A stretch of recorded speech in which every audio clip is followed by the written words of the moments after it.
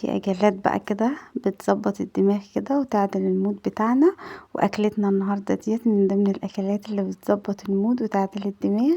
هي بقى اللحمه المسلوقه. معانا بقى حله على النار فيها ميه بتغلي، هننزل فيها ببصل مقطعينه وطماطم، وبعد كده هننزل بقى بالتوابل بتاعتنا اللي هي عبارة عن ملح وفلفل وشوية من الكركم، ورق لوري. جربوا يا جماعة الكركم مع الشوربة فظيع والله، هيديله طعم جميل ولون الشوربة تحفة.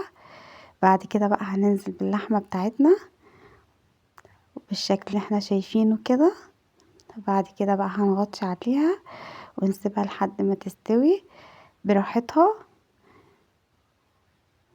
ده شكلها معانا، هنبتدي بقى نغطيها ونسيبها لحد ما تستوي. هنا بقى اللحمة بتاعتنا كانت استوت، وده شكل الشوربة بتاعتنا قد ايه جميلة وذهبية كده. هنا بقى ضفنا لها الملح طبعا عشان ما كناش حطيناه في الاول زي ما احنا شايفين كده. هنبتدي بقى نعمل الرز بتاعنا، الرز المعمر الجميل. هناخد اللحمة اللي احنا سلقناها، احنا على فكرة سلقناها بس 3/4 سوا علشان هي هتكمل سواها في الرز. هنرص اللحمة كده بالشكل اللي احنا شايفينه كده في الصينية بتاعتنا او الطاجن بتاع الرز بتاعنا. وهنا الرز بتاعنا كنا غسلينه، هنبتدي بقى ننزل على اللحمة بتاعتنا بيه كده. هنغطي كده اللحمة بالرز زي ما احنا شايفين بالشكل دوت. وبعد كده هنا معانا لبن وحاطين فيه شوية من الزيت وسمنة وملح وفلفل ومدوبينهم كلهم مع بعض. وبعد كده بقى هننزل بيهم على الرز المعمر بتاعنا.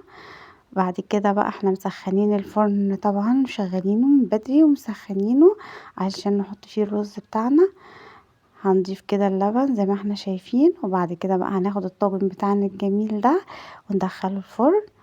وده شكله معانا بعد ما خرج من الفرن، طري وجميل وتحفة زي ما احنا شايفين بالشكل ده. ودي الشوربة بتاعتنا جميلة ولونها ذهبي ورايقة وجميلة وطعم مريحة ما اقولكيش بقى عليها.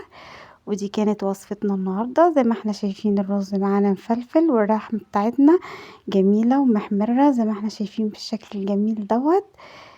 جربوها بقى وشوفوا ايه رأيكم في الوصفة الجميلة البسيطة السهلة دي، ويا رب تعجبكم. عجبتكم ما تنسوش اللايك والاشتراك.